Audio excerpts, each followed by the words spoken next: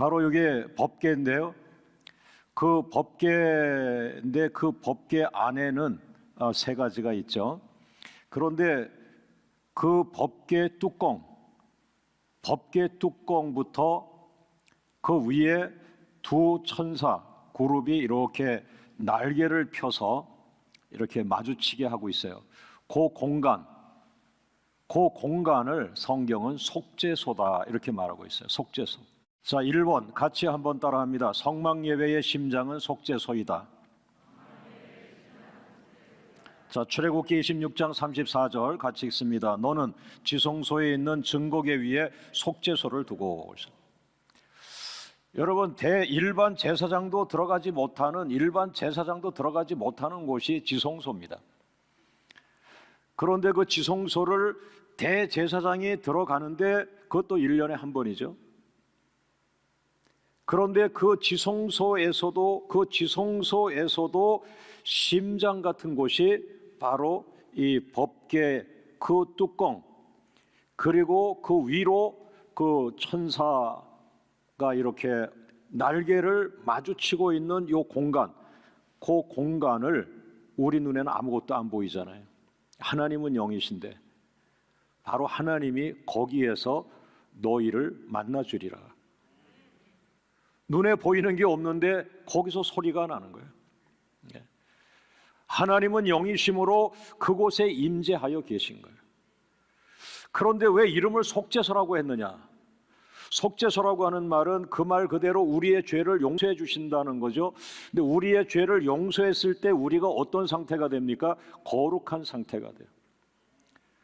그래서 저 속죄소라고 하는 자리의 원어의 의미는 거룩한 곳 중에 거룩한 곳, 가장 거룩한 곳, 하나님의 보좌와 같은 곳이죠. 사랑하는 여러분, 오늘 이 예배의 마지막이 바로 이 속죄소, 하나님이 임재하시고 하나님이 우리에게 말씀하시는 그곳이 바로 속죄소다 이렇게 말했는데요. 출애굽기 25장 22절을 같이 한번 읽어봅니다. 시작. 거기서 내가 너와 뭐하고, 다시 한번, 거기서가 속죄소죠. 거기서 내가 너와 만나고. 이거 하나님께서 대제사장을 저기서 만나 주신 거예요. 근데 일반 제사장들은 들어갈 수도 없는 거예요. 근데 거기에서 그 속죄소 위에서 소리가 나는 거예요. 하나님이 만나 주시는 거예요. 그러면서 그 자리에서 이스라엘 자손을 위하여 명령할 모든 일을 대제사장에게 말해준다고 말했어요. 다시 말하면 하나님은 자신의 백성들을 만나주기 위해서 성막을 지었고 그 성막에서 예배라는 절차를 통해서 마지막 코스, 마지막 지성소, 그 속죄소에서 사람을 만나주신 거죠. 두 번째 같이 읽어봅니다. 성막 예배의 축제는 대속죄일이다. 레위기서 16장 29절을 읽어봅니다. 무슨 말씀일까요? 너희는 영원히 이 규례를 지킬지니라. 일곱째 달 7월을 말합니다. 일곱째 달 곧 그 달 10일 7월 10일을 말합니다. 너희는 스스로 괴롭게 하고 아무 일도 하지 말되 본토인이든지 너희 중에 거류하는 거류민이든지 그리하라. 무엇을 7월 10일 날 하라고 했습니까? 레위기서 16장 30절 말씀. 이날에 너희를 위하여 속죄하여 너희를 정결하게 하리니 너희 모든 죄에서 너희가 여호와 앞에 정결하리라. 1년에 하루를 잡으셨어요, 하나님께서. 그래서 7월 10일을 잡았어요. 이것은 우리나라 달력과 달라요. 그것은 유대 달력입니다. 여러분, 하나님의 관심은 우리 죄입니다. 우리 죄를 자꾸 용서해 주시려고 하세요. 왜 하나님은 우리의 돈에 관심이 없고 우리의 명예와 권세와 우리의 학위에 관심이 없고 왜 우리 안에 있는 그 죄에 관심이 있을까?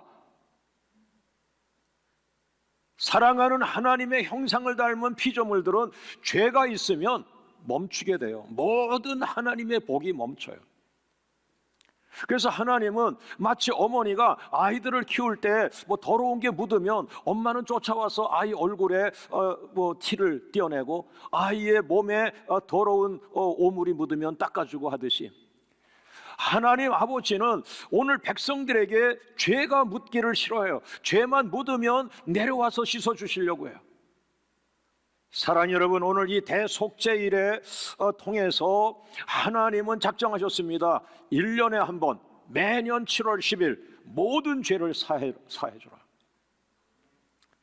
이거는 다른 말로 하면요, 매년마다 7월 11일 아무리 죄를 지은 사람도 새로운 일을 시작할 수 있는, 새롭게 시작할 수 있는 이런 기회를 주시는 거예요. 왜? 죄는 우리의 힘으로 사함받을 수 없어요. 죄는 철저하게 피가 들어가야 되고, 희생의 피가 들어가야 되고, 영적으로 어린 양의 피가 있어야 되고, 예수의 피가 있어야만 돼.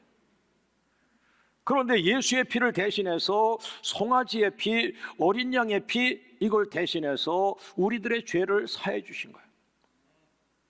예표죠. 예수님의 예표. 자, 그러면은 본론으로 들어갑니다. 이 대속죄일 7월 10일 날 세 단계를 통해서 그 모든 이스라엘의 죄를 용서해 주시는데, 첫 번째 단계 들어갑니다. 자, 레위기서 16장 11절 같이 읽어봅니다. 아론은 자기를 위한 속죄제에 수송아지를 드리되 자기와 집안을 위하며 속죄하고 자기를 위한 그 속죄제 수송아지를 잡아라 그랬어요. 여기 뭐냐 하면은, 첫째가 대제사장 자신의 정결을 위한 속죄제를 드리라는 거예요. 지금 저에게 적용한다면, 설교하는 설교자야, 설교자가 거룩해야 된다, 설교자가 정결해야 된다. 그러므로 먼저 예배를 주도하기 전에 설교자 자신의 정결을 위해서 속죄제를 드려라. 오늘 찬양팀들이 찬양하기 전에 잠깐 찬양팀 자신들의 거룩을 위해서 개인 예배, 각자가 하나님 앞에 속죄 예배 드리고 올라와라. 그리고 공예배를 인도하라. 오늘 기도자 마찬가지, 찬양자 마찬가지. 이게 성막에서 하나님의 거룩함, 바로 저곳을 거룩한 곳에 가장 거룩한 곳, 그게 속죄소라는 이름이라. 죄가 없는 곳인 거예요. 사랑하는 여러분, 오늘 대제사장이 잠깐 사진 보여주세요. 대제사장은 아니지만 지금 대제사장이라고 한다면, 내가 예배를 주도하는 것 멈춰라. 잘못하면 너 죽는다 그 소리야. 네가 백성들 앞에 제사장이 됐고 대제사장이 됐다, 임직을 했다, 그리고 폼을 잡고 내가 이제 임직했으니까 여기 들어가도 돼. 들어가면 그냥 죽는다. 죽지 않기 위해서 너를 위한 속죄제를 먼저 드려라. 그래서 양을 잡은 거예요. 피를 흘린 거예요. 그래서 그 피를 받아놨어요. 여기다 받아놓고 그 제사장이 중요한 일을 하나님이 가르치시는데요. 자, 레위기서 16장 13절 말씀 다 같이 읽습니다. 여호와 앞에서 분향하여 향연으로 증거계 위 속죄소를 가리게 할지니 그리하면 그가 죽지 아니할 것이며. 대제사장아, 너를 위해 속죄제 드린다고 양 한 마리 잡으면 되지, 그냥 습관적으로 양 한 마리 돈 주고 사서 양을 찔러 죽여서 그 양의 피를 받아가지고 이제 피 받았으니까 가서 저 속죄소에 뿌리면 되지, 너 습관적으로 예배 드리는구나. 큰일 난다. 죽는다 그 소리. 피를 받아놔. 그 다음에 너 죽지 않게 해야 돼. 거기 들어갔다가 너 죽어. 하나님 앞에 가서 죽어. 그러면서 두 번째가 바로 레위기 16장 13절이었어요. 다시 한번 읽어보세요. 이게 굉장히 중요한 거예요. 일주일 내내 제가 이거 묵상한 구절입니다. 자, 다 같이 읽어봅니다. 여호와 앞에서 분향하여, 잠깐 보세요. 여호와 앞에서 분향하여, 분향은 휘장 이전에 있습니다. 이건 지금 지성소 아닙니다. 그러니까 향연이 없어요. 분향단, 분향, 향을 필 게 없어요. 향은 지금 이 속죄소 들어가기 전에, 지성소 들어가기 전에 휘장 전에 분향단이 있어요. 거기서 분향을 하는 거예요. 그런데 아론의 두 아들 제사장들은 거기서 죽었어요. 분향하다가. 다른 불을 가지고 분향하다가. 그러니까 저 안에 들어가지도 않았는데, 그러므로 아론아, 네 아들들은 여기 앞에서 죽었다. 이 성소를 하나님의 집으로 봐야지. 여러분, 교회의 일은 하나님 앞에서 하는 거예요. 오늘 여러분이 영안이 열리길 원하며 거룩한 힘을 있기를 주의 이름으로 축원합니다. 그래서 대제사장아, 이제 들어가, 저기 들어가. 이 피를 가지고 일단 들어가죠. 그러나 피 뿌리는 건 아직 두 번째야. 그리고 거기에 쓴 다음에 이 휘장 전에 있던 분향단, 거기에 향로가 있습니다. 자, 그림을 보세요. 지금 저 대제사장이 속죄소, 법궤 위에 있는 속죄소 앞에 섰죠. 손에 뭘 들고 있어요? 분향하는 분향단, 분향단에 있는 향로를 갖고 왔어요. 자, 하얀 연기가 막 퍼지죠. 이게 연기입니다. 연기. 향을 지금 계속 피우고 있어요. 레위기 16장 13절로 다시 돌아가세요. 시작. 여호와 앞에서 분향하여 향으로 그 다음에 증거계 위, 이 법궤 위 속죄소를 가려라. 그러니까 저 속죄소는 하나님이 계신 곳이야. 거기를 이 향기로 가려. 이 향은 신약 시대에 뭘까요? 기도입니다. 기도를 많이 올려. 기도로 속죄소를 가려. 그러면 네가 죽음에서 살아난다. 할렐루야. 할렐루야. 향이에요, 향. 많은 향이 올라가야 돼요. 많은 기도가 올라가야 돼요.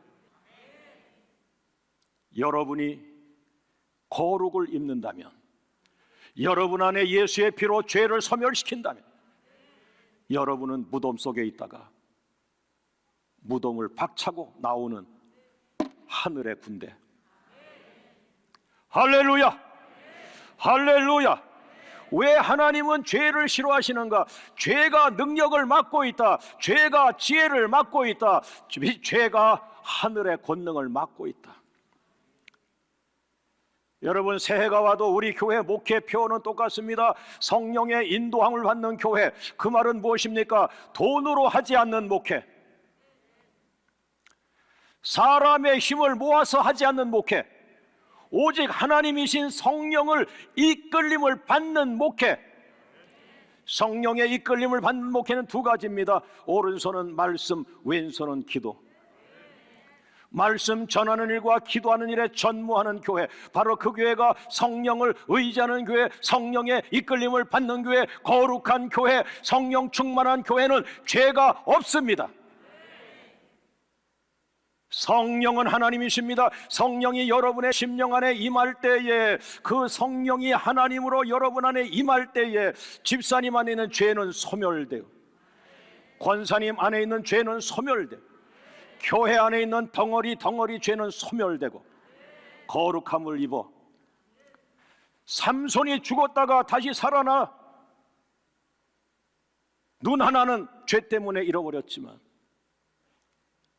그러나 그의 힘이 돌아왔어요. 성령이 돌아왔어요. 죄 문제가 왜 중요하냐? 죄 문제가 소멸되면서 하나님의 능력이 돌아옵니다. 성령이 돌아옵니다. 십자가 권세가 돌아옵니다. 다시 능력으로 쓰임받습니다. 새로운 한 해, 능력의 한 해, 1년마다 새로 돌아오는 이 속죄 사역에 하나님은 그것을 기다리신 거예요. 맞습니다. 하나님, 1년에 한 번씩 죄를 사해 주시는 것은, 얘야, 너 죄 때문에 또 제목 못했다. 너 죄 때문에 네 직분 100% 역사 못했다. 너 또 다른 죄 졌구나. 작년엔 돈 때문에 죄 짓더니 이번에는 또 이성 문제 죄 짓고, 아이고 이제는 누굴 미워하냐? 네가 그림을 그렸는데 다른 사람 그림을 왜 싫어하냐? 시기 질투하냐?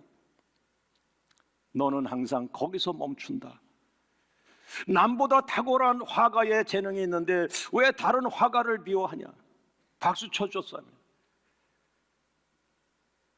여러분, 죄입니다. 시기 질투 죄, 교만 죄입니다. 나밖에 없어, 죄입니다. 이렇게 많은데 왜 나밖에 없다고 합니까? 그거 다 죄예요. 자기 교만. 그 죄 때문에 항상 그 자리에서 그냥 올라갔다 내려갔다 올라갔다 내려갔다, 그걸 이 죄가 소멸되면 하나님 보좌까지 올라가는. 할렐루야. 박수로 영광을 돌립니다. 올라가야 됩니다. 올라가야 됩니다. 올라가야 됩니다. 할렐루야. 할렐루야. 그래서 하나님은 1년마다 이스라엘 백성들을 속죄하고 속죄하는데, 이 범인들, 평범한 사람들, 그 진리를 모르는 거예요. 네 죄를 내가 가져가겠다. 대신 너 하나 살아야 되니까 양 한 마리 죽는다. 오늘 예수님 한 번 더 십자가에 죽는다. 그러나 예수님은 그 일 때문에 오셨으니까 예수님은 십자가에서 죽으시고 너가 살아나는데 이제는 삼손이 다시 일어난 것처럼 능력의 사람으로 살아라. 십자가의 능력으로 살아라. 말씀의 능력으로 살아라. 지혜의 능력으로 살아라. 하나님으로부터 능력을 받는 자와 같이 설교하라. 하나님으로부터 능력을 받는 자처럼 찬양하라. 할렐루야. 할렐루야. 대제사장의 그 속죄가 끝났어요. 이제 마지막 결론인데요, 큰 축제가 열립니다. 속죄, 모든 백성의 죄를 다 씻고 용서해 주는 속죄의 축제가 시작이 되는데, 자, 레위기 16장 6절 말씀, 2마리의 살아있는 염소를 준비하는데요, 6절을 같이 한번 읽어봅니다. 시작. 아론은 자기를 위한 속죄제에 수송아지를 드리되 자기와 집안을 위하여 속죄하고, 그 다음에 7절, 또 2 염소를 가지고 회막문 여호와 앞에 두고. 그러니까 이 성막 앞에서 하는 거예요. 첫 번째 속죄, 그 백성들을 위한 속죄가 2번 합니다. 이 성막 안에서 하고, 그 다음에 성막 밖에서 백성들 앞에서 합니다. 그것을 위해서 하나님은 특별한 잔치를, 어찌 보면 뭐 이렇게 기쁜, 그 양들은 죽는 거니까 양을 죽이고 내가 사는 거니까 참 축제라고 하기는 참 쉽지 않고요. 그러나 그 내용적으로는 내가 죄에서 승리하는 거거든요. 내 힘으로 못 이기는 죄를 하나님이 이기게 하시는 거예요. 할렐루야. 할렐루야. 그래서 그 7월 10일 날 이걸 하는 거예요. 자, 보세요. 저게 이제 회막문인데 저렇게 이제 건물이 크게 누가 그렸네요. 그래서 저 제사장들이 지금 염소 2마리를 가지고 온 거예요. 이 염소 2마리가 이 대속죄의 주인공들이에요. 저 염소는 말을 못해요. 그래서 저 뒤에 있는 사람들이 제비를 뽑아. 오른쪽에 있는 염소의 운명, 또 왼쪽에 있는 염소의 운명, 이 제비를 2개를 놓고 뽑아. 그럼 거기에 한 마리는 하나님을 위한 것, 한 마리는 사람, 백성들을 위한 것. 그래서 이 하나님을 위한 이 염소는 잡아다가 어떻게 합니까? 성막에 들어가서 그 번제단에 그 앞에서 죽이고 그 피를 뿌리고 그를 태우겠죠. 그래서 속죄를 똑같이 성막에서 하는 거예요. 그런데 이제 저 한 마리는 백성을 위한 건 어떻게 하느냐? 얘를 데리고 그 다음 그림을 보이세요. 머리에 안수합니다. 대제사장이. 하나님, 7월 10일이 왔습니다. 이스라엘 백성 60만 명, 200만 명, 이 많은 사람들이 지난 1년에 지은 죄, 허물, 부정한 것, 그거를 전가합니다. 이 염소에게 안수하여서 이 염소에게 다 그 죄를 전가합니다. 그 다음 그림을 보세요. 그리고는 돌아와서는 안 됩니다. 이 양 이름을 아사셀 양이라 그래요. 아사셀이라고 하는 말은 보낸다, 쫓아버린다, 내보낸다, 이런 말이에요. 그러니까 저 지금 절벽 꼭대기에 어떤 사람이 그 아까 안수받은 그 양, 죄를 전가받은 그 양을 데리고 백성들의 죄를 위해서 저 높은 곳에 쓴 거예요. 그 일반적으로는 이렇게 광야로 보내서 다시 돌아오지 못하게 하고 그 광야에서 죽어야 되는 것이 저 아사셀 양의 운명인데, 그래서 그 안수한 그 염소가 저 꼭대기에서 떨어뜨린다 그러면은 그냥 그 떨어지면서 죽는 거야. 이게 아사셀 양이에요. 레위기 16장 10절 시작. 아사셀을 위하여 제비 뽑은 염소는 산채로 여호와 앞에 두었다가 그곳으로 속죄하고 아사셀을 위하여 광야로 보낼지니라. 백성들의 죄를 위한 것은 광야, 영문 밖, 성 밖으로, 마치 예수님이 우리들의 죄를 짊어지고 영문 밖, 성문 밖으로 십자가를 짊어지고 골고다로 올라가신 모습이 똑같아요. 완전한 속죄를 위해서 아사셀 염소가 모든 백성들의 죄를 짊어지고 떨어져 죽어야 돼. 그 안수받은 그 염소가 광야에 보내져 높은 곳에 떨어져 죽는 순간 7월 10일 대속죄 예배는 끝입니다. 하나님은 이 일을 매년 하라고 했습니다. 네. 저의 짧은 영감을 가지고 이곳을 묵상하기에 일주일은 너무나 짧았습니다. 그러나 성령께서 계속 풀어주셨습니다. 다 잊어버려라. 이거 설교하려면 너 1시간 갖고 안 돼. 다 풀어버려. 마지막 중요하다. 나는 너의 죄를 용서하고 싶다. 제가 어린아이처럼 기도했어요. 일주일 내내 기도하다 보니까 그냥 기도 중에 계속 살아가는 것처럼 했어요. 주님, 속죄 문제는 우리가 지금까지 신학적으로 가장 중요하게 다뤄왔지만 그냥 어린아이처럼 제가 그런 마음을 좀 올려드려 봤어요. 죄 문제가 해결되면 어떤 축복이 오지요? 비몽사몽 중에 그런 마음을 지었어요. 어린아이같이 대답이 제게 왔어요. 하얘진다. 더러웠던 종이가 하얘진다. 그렇구나. 하얘지죠. 하얘지면 새로운 그림을 그릴 수 있다. 새로운 그림을 그릴 수 있다. 하나님의 관심, 너 새로 살 수 있어. 새로운 삶 살 수 있어. 새로운 비전을 그릴 수 있어. 새로운 그림을 그릴 수 있어. 이제 그렇게 살지 마. 내가 죄 용서해 줄게. 내가 또 한 번 죄 용서해 줄게. 내년에는 그렇게 살지 마. 새로운 그림을 그려. 예수님의 얼굴을 그려. 하나님 말씀을 받아. 그 말씀에 있는 비전을 그려내. 그것이 너를 통하여 세계적인 축복의 통로가 되게 할 것이요, 그 새로운 그림이 너의 복이 될 것이요, 그 새로운 그림이 너의 자녀들에게 흘러갈 것이요, 네 손자 손녀들에게 믿음의 계승의 그림이 될 것이라.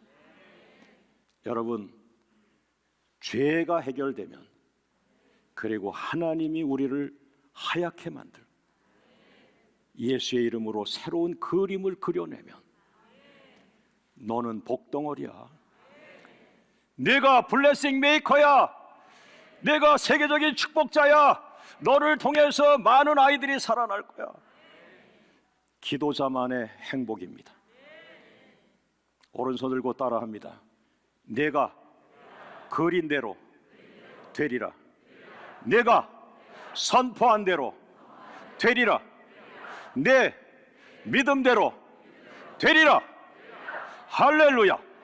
죄 사함을 받으면 물속에서 죽어가던 요나가 다시 물고기 뱃속에서 튀어나와 누구도 전도하지 못했던 니느웨를 살리고, 부흥이라는 역사에 단 한 번도 부흥이라는 말을 들어보지 못했던 니느웨에서 부흥이 일어났어요. 3일 만에 부흥이 일어났어요. 한 달 만에 부흥이 일어났어요. 하나님이 그 도시를 축복했어요. 할렐루야. 여러분, 개인이 회개하고 개인이 죄 문제가 해결돼도 이런 능력이 하나님 부어주시는데, 교회가 죄 문제를 해결하면 교회 안에서 생수가 터집니다. 생수가 터집니다. 목사님의 설교 정도가 아니에요. 생수가 터집니다. 그 생수가 흘러 강이 됩니다. 그 강이 되어 세계로 흘러가 생수의 강이 흘러가는 나라마다 살아나리라. 모든 영광을 주님께 올립니다. 할렐루야, 할렐루야.